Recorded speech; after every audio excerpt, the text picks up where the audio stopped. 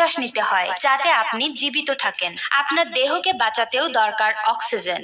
এই হল রুমের সবাই জানেন যে যদি আপনাকে অক্সিজেন থেকে বঞ্চিত করা হয়, আপনি খুবই অল্প সময়ের জন্য বেঁচে থাকবেন, তারপর মারা যাবেন। একমত? এখন হৃদয়ের অক্সিজেন প্রয়োজন। মজার বিষয় হলো গাছ। তারা আমাদের কি দেয়? তারা আমাদের অক্সিজেন দেয়। প্রকৃতপক্ষে আল্লাহ সুবহানাহু ওয়া তাআলা গাছের সাথে প্রকৃত বাক্যের একটা মিল তৈরি করেছেন এবং পবিত্র বাক্য, পবিত্রতম বাক্য কালিমাতুত তাইয়্যিবা এবং যা হলো ঈমান, লা ইলাহা ইল্লাল্লাহ। সর্বোপরি অন্তরের অক্সিজেন হলো আল্লাহর জিকির, আল্লাহ সুবহানাহু ওয়া তাআলার স্মরণ।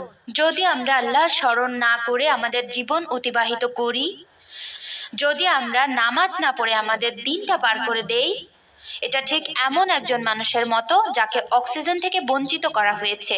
এবং আমার বলার দরকার নেই, আমাদের বোঝার জন্য কোনো বিশেষজ্ঞের প্রয়োজন নেই যে এই মানুষটির কি হবে। এটা সুস্পষ্ট, যে লোক নিজেকে অক্সিজেন থেকে বঞ্চিত করবে সে মারা যাবে।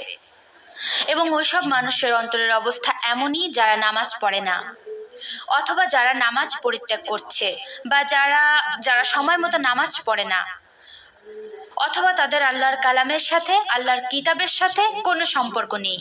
কারণ তারা কি করছে? তারা তাদের হৃদয়ের অক্সিজেন থেকে বঞ্চিত রেখেছে। আর সেটা হলো আল্লাহর স্মরণ।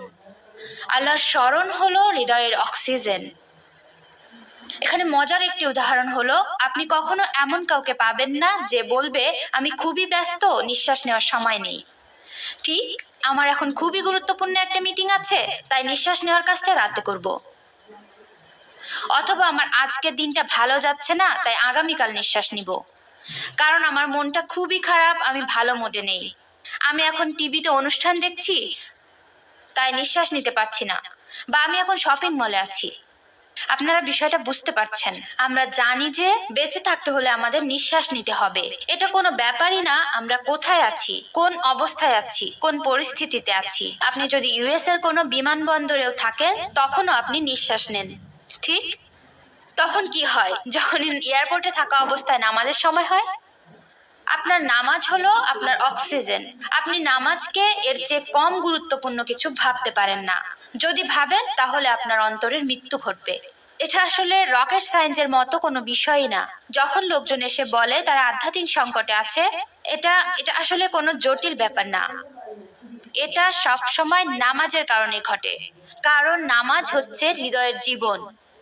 এবং একজন মানুষকে প্রথমে নামাজ ছাড়তে হবে বা কোনোভাবে নামাজকে গুরুত্বহীন করে রাখতে হবে, তবেই সে সত্য পথ থেকে বিচ্যুত হতে পারবে।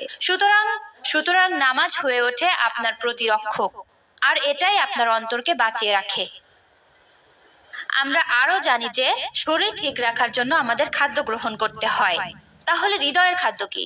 হৃদয়ের খাদ্য হলো আল্লাহর স্মরণ।